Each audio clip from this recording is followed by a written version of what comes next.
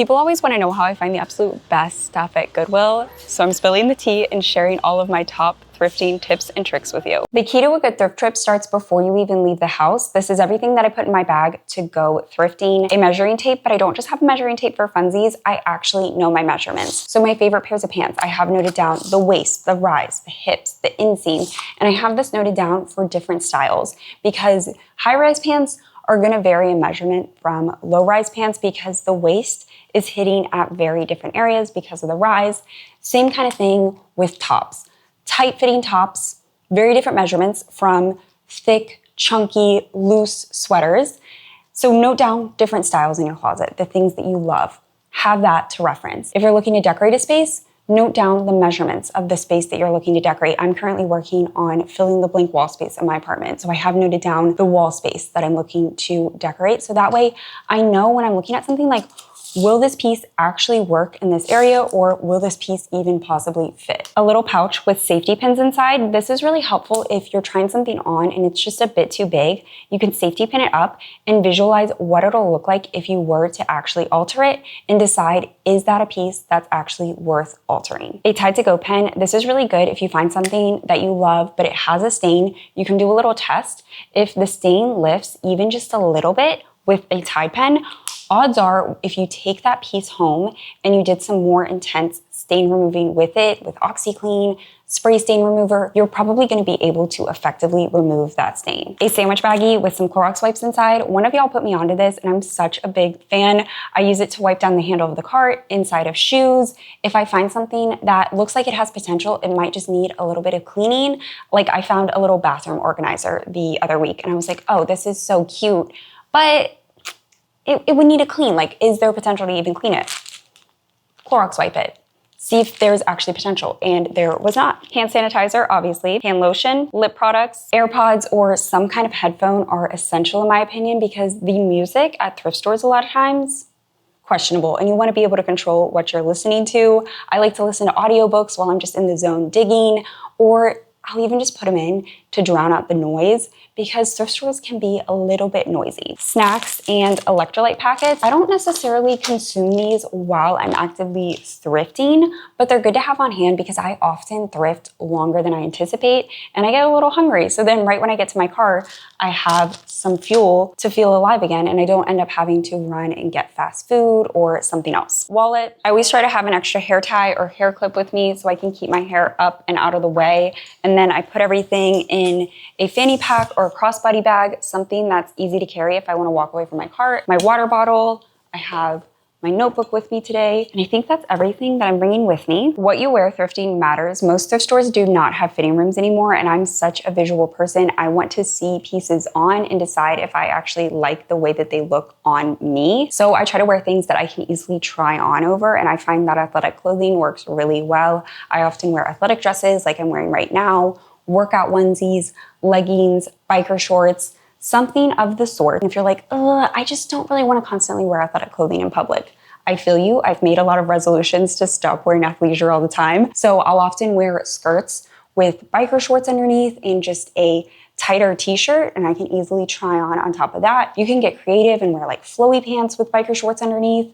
Find something that works for you and something that's also comfortable at the same time because thrifting is kind of a workout and you want to be comfortable. Also, you want something that's easy to throw in the wash because you're putting on items of unknown origin on top of what you're wearing. Athletic clothing is super easy to just throw in the wash. Like right when I get home from thrifting, I toss what I'm wearing in the wash. If I'm wearing something like a denim jacket or a cashmere sweater, I'll just steam it right away so it's all sanitized and fresh and good to go. The final thing you want to do before you actually step inside the thrift store is have an idea of what you're trying to find in there. Thrift stores can be so overwhelming in like the best kind of way. There's just so much to look at within those aisles. So many colors, so many sizes, so many brands. That's why you need to have an idea of what you're actually trying to find. And that means having some good inspiration to reference. And good inspiration is so much more than aesthetic photos. That's part of it. But you want to break down what's in those photos that you like. What are the key pieces, key details, color schemes, patterns, material, the way things fit, all of that needs to be understood so that way you really know what you're actually looking for when you're flipping through all of those pieces. And making a mood board or inspiration board, whatever you want to call it, can be just as overwhelming as thrifting itself. That's why I've really been enjoying scrolling through Lemon 8 before I go thrifting. I have so many little collections going right now, but let me show you some of the outfit inspo. I really appreciate that it's real people posting this and there's such good visual references, but also they break down what you're actually looking at. So they do a ton of the legwork of making a good mood board.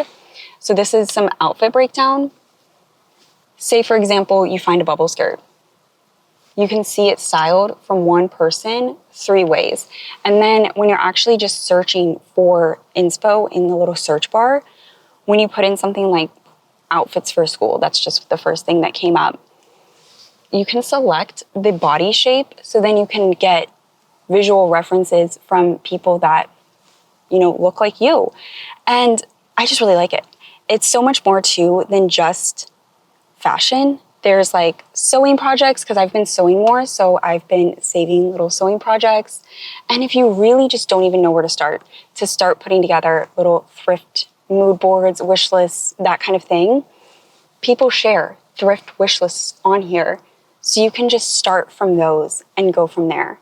So before your next thrift trip, download Lemon 8. You can find it in the App Store. I'll also link it down below. It just makes finding some inspiration to actually go thrifting so much easier. Thank you to Lemon 8 for sponsoring today's video. Definitely grab a cart whenever you can. At regular thrift stores like Goodwill's with the racks, I'm typically able to get a cart, especially if I come earlier in the day.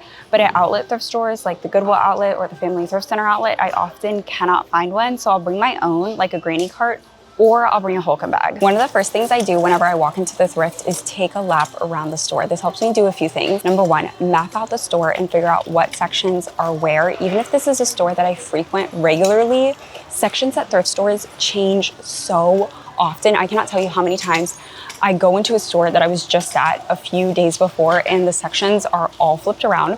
The next thing I try to note on this lap around the store is where people are putting items back.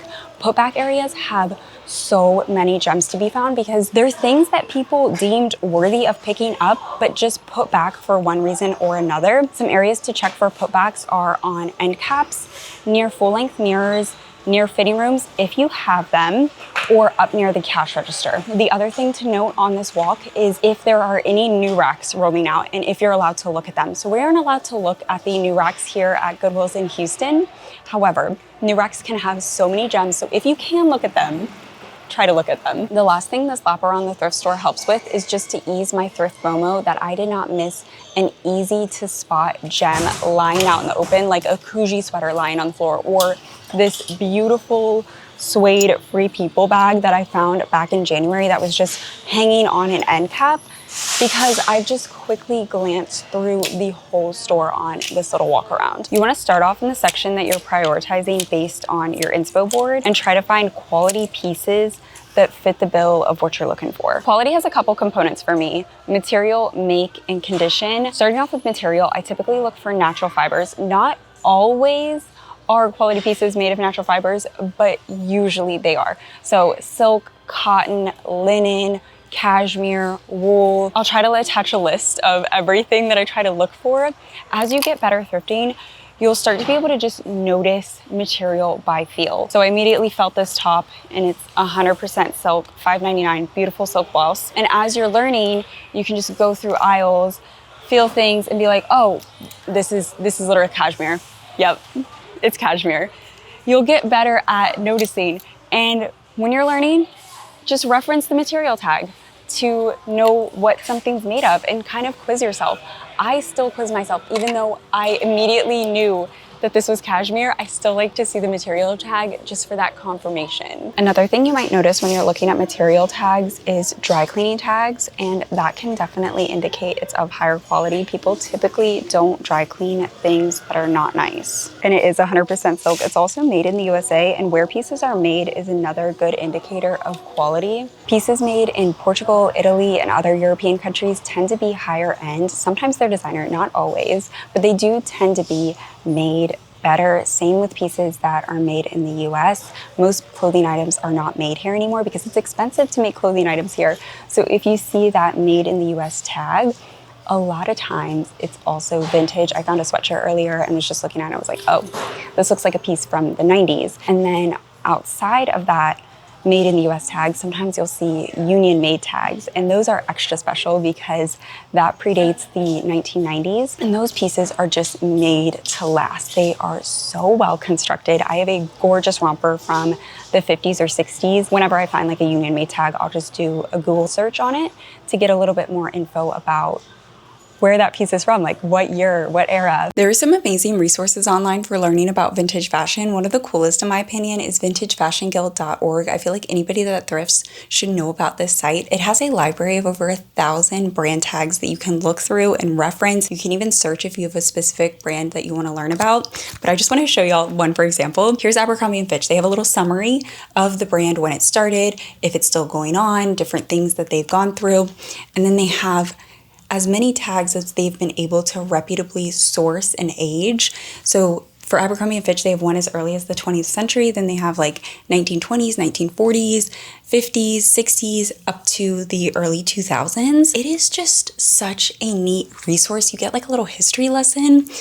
I just am so amazed that this is free, and I didn't even really start using this site until this past year because I'd previously used Google Lens a lot when I was thrifting, but Google Lens has gone downhill now that AI is integrated.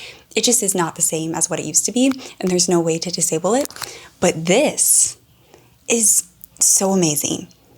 It's even better than what Google Lens was. So if you have any really cool resources that you feel like other people should know about who love to thrift and learn, let me know in the comments below. Let's go over some things to look for well-made pieces outside of where they're made. Look for functional details. Fast fashion wants to cut as many corners as possible, so they try to give the illusion without as much legwork. So see these buttons on the front of the dress? They don't work because adding the hole would add so many more steps to make this piece. Another example of trying to give the illusion without the legwork, this kind of looks like embroidery, right? It's just printed on, no sewing involved to make that happen, versus actual embroidery. The next step up of fast fashion has some functionality but still lacks quality. This is a dress from H&M and it buttons, but you can see the buttonholes are not reinforced, they're fraying. Whereas this vintage dress buttons as well, but the buttonholes are not fraying because this seam is reinforced, unlike this seam. This is a good direct comparison of a well-made piece versus a poorly made piece. This dress is just from J. Crew, nothing crazy, but it's well constructed in my opinion. The ties are functional. The seams are very consistent and neat, and they have absolutely no signs of wear. This piece looks like it'll last. Versus this piece, cute pattern, right? Look at these seams. So uneven and just look like they'll fall apart in 1 second. That stitch looks like what I did when I first started sewing, and I haven't even been sewing that long, and I think I could do a better stitch than that. And this is not even a cheap brand, Faithful the brand. The final component of quality to consider while thrifting is condition. This piece is a gorgeous material. It's 100% silk and it's beautifully constructed, but the condition just is not there. There's a lot of pulling throughout the silk and staining on the bottom. And you just have to be honest, like, will this piece be something you actually repair and wear despite the condition? Think outside the box to find the pieces that you're looking for. Check the traditional section first, but then think, if I was a thrift store employee and I had this item in my hand, where would I put it away? Lululemon, for example, I would look at that and be like, there is no way that's a woman's size 10, a woman's size 12, because those leggings are so small before they're stretched. I would put it in the kids section. And guess what? I found so much Lululemon, Free People, Aloe, brands like that in the kids section. Gauzy cotton or linen pants, check the pajama section. I'm a big fan of the men's section for button-ups, obviously, chunky knit sweaters, crew neck sweatshirts, Henley style long sleeves, and t-shirts. Look at this, another unkept find, a Misa dress, and this Revolve Agua Bendita tie sleeve floral mini. I really appreciate that Goodwill's here in Houston sort by size, but we all know that sizes are so arbitrary. The size I am in one brand is not the same as the size I am in another. And then when you're thrifting, there's a couple of other components involved. A vintage small from the 70s is nowhere near a modern small. And then there's the fact that people have washed and worn these. So items might have gotten stretched out. Items might have gotten shrunk. You really just don't know what you're gonna get when you get a size. So what I try to do is start off in my typical size, and I find several pieces there, and then I go one size below and one size above, and then I try to skim through all the other sizes to just find pieces that might have been misplaced, mistagged, or something like that. If it's a maybe, put it in your cart to think about, because you don't wanna have to backtrack through the aisles trying to find a piece that you cannot stop thinking about, and there's a chance that that piece might not even be there anymore. This is one of the most important parts of thrifting. Go through your cart critically. Be brutally honest. Make tough choices. Only keep the best of the best. I sound like I'm giving a pep talk, but I kind of am to myself. This is way too small. This is definitely something that I'll wear this summer for work.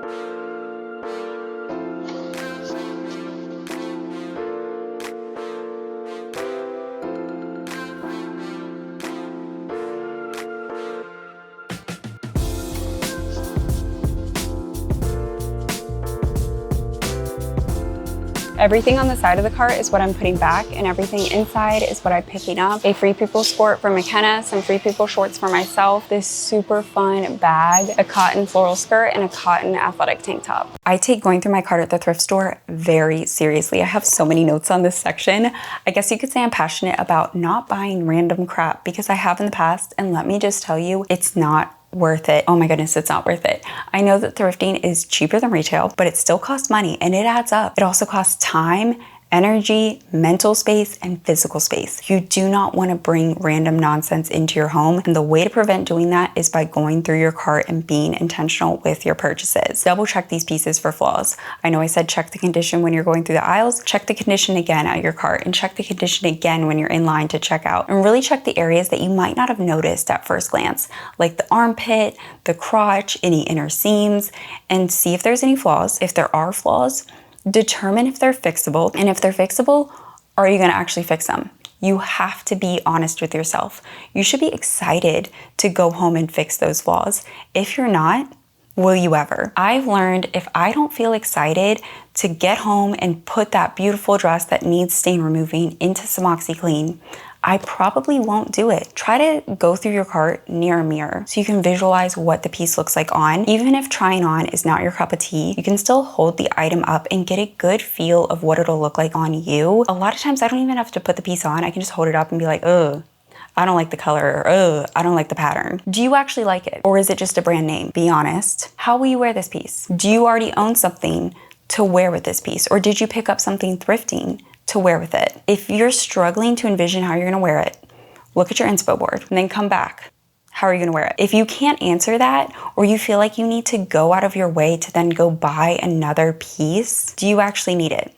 Because I feel like what you're buying should fill a want, need, or gap in your wardrobe. And if it doesn't, you probably shouldn't get it. When will you actually wear this piece? You should be able to answer that immediately. And if you can't, you probably don't need it. I've pulled some beautiful ball gown kind of dresses, and I'll just admire them on camera, and sometimes I'll even try them on because I just like playing dress up. And then I put them back, and people are absolutely floored in the comments and are like, oh my goodness, I cannot believe you put that back. What if you have a gala come up? If I have a gala come up, I will want to go out and buy a piece specific for that event, especially because there would probably be like certain requirements. Like what if there's a color requirement or something? I don't think it's worth buying pieces for speculative events. I've also learned about myself, I'm not gonna wear a ball gown kind of dress every day. Some people are like, just get the dress and wear it grocery shopping. And I get that. More power to you if you can, but I am not gonna do that. I know that about myself. You have to be honest. That's it. That's all that it comes down to. Don't be afraid to phone a friend. If you really struggle with thrift blindness, have a thrifting buddy that you can send pictures to and get their honest opinion, and then be that person for them when they're thrifting. McKenna and I are always sending each other pictures of questionable items, and we either get a "girl, what are you doing? If you leave that behind, you're a fool," or you get a "oh my goodness, you could do so much better." I was able to go over a ton of these tips while I was actually in store thrifting. I still have about a page and a half that I have not even touched on. Hopefully, going over the tips as I was actually thrifting and kind of showing some real life examples was helpful. I went back and forth when I was planning this video out if it should just be reading the list or if I should kind of do what I did, and obviously I did that, so hopefully it helped. But let's go over the rest of this. Try different stores and locations to really figure out what you like and what works for you. There are so many variations of thrifting. I try to highlight a ton of different styles on my channel, but you really just have to try them out. If you want the cheapest thrifting possible and you're willing to dig and work for it and, you know, deal with a bit of a crowd, outlet thrifting. It's a fun time. Of course, you can't have like as high of expectations, right? Like you really don't know what you're gonna get. It's a true mixed bag. Nothing's typically on a rack or very organized, but it's pretty cheap.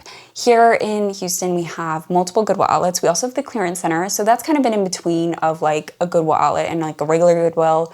There's other outlet thrift stores too, like I think there's a Salvation Army outlet that still is in existence, I don't know. And then there's the Family Thrift Center outlet. If you're in another city, I mean, I don't know what's there, but look it up. The internet is a great place to find tons of locations and trying different things. If you do not want to dig or work too hard and you want a more curated experience and you're willing to pay for it, consignment stores. I know that's not like true thrifting, but it's still secondhand. It's more unique pieces. Some big names that come to mind is like Crossroads, Buffalo Exchange, but also local consignment stores are really good in my opinion. I like them better than chains typically. I don't know, but consignment stores are good. And then if you just want the middle ground, standard thrift stores like a Goodwill, Salvation Army, Savers, everything's on a hanger, on a rack, somewhat organized, right? Like they're organized by section, by like pant, dress, tops, but they're not getting in the weeds too much. I like a good thrift because at least I typically go to Goodwills and they're pretty consistent in their pricing. Like we have over 40 Goodwills that are your standard select stores here in Houston, and I know I can walk into any of them and a top is gonna be like $5 to $6, a dress is gonna be $8, pants are gonna be $7 to $8, skirts are $6. I know what I'm gonna get, even though I'm gonna get different items, of course, like you never really know what you're gonna get, but I know what I'm gonna get as far as pricing, and I really appreciate that. Try stores out a few times before you label them good or bad. Inventory is constantly changing at thrift stores and secondhand stores, like consignment stores, so truly, you might have just gone on a bad day. You don't know. So I would try it out multiple times before kind of completely writing it off.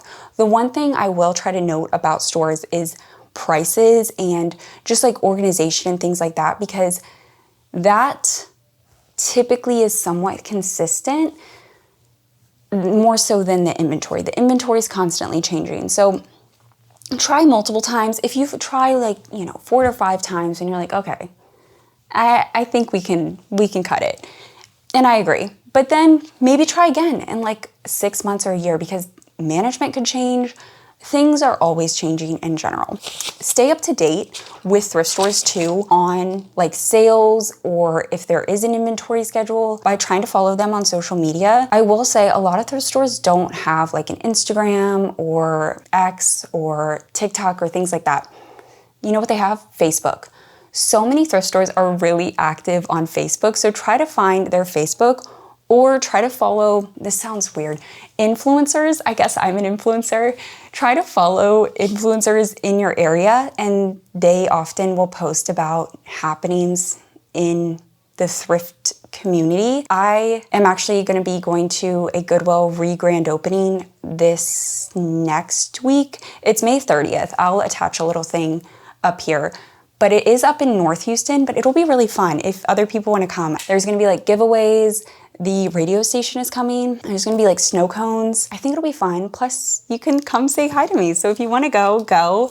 Try to just follow people. And it's fun because the thing that I really like about thrifting beyond really good deals and it being more sustainable is that there's kind of a community aspect. And it's in-person shopping, and sometimes in-person shopping is kind of hard to find now.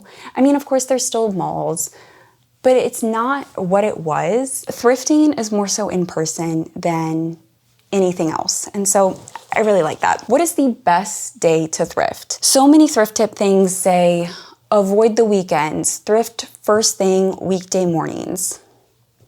I almost never thrift first thing weekday mornings.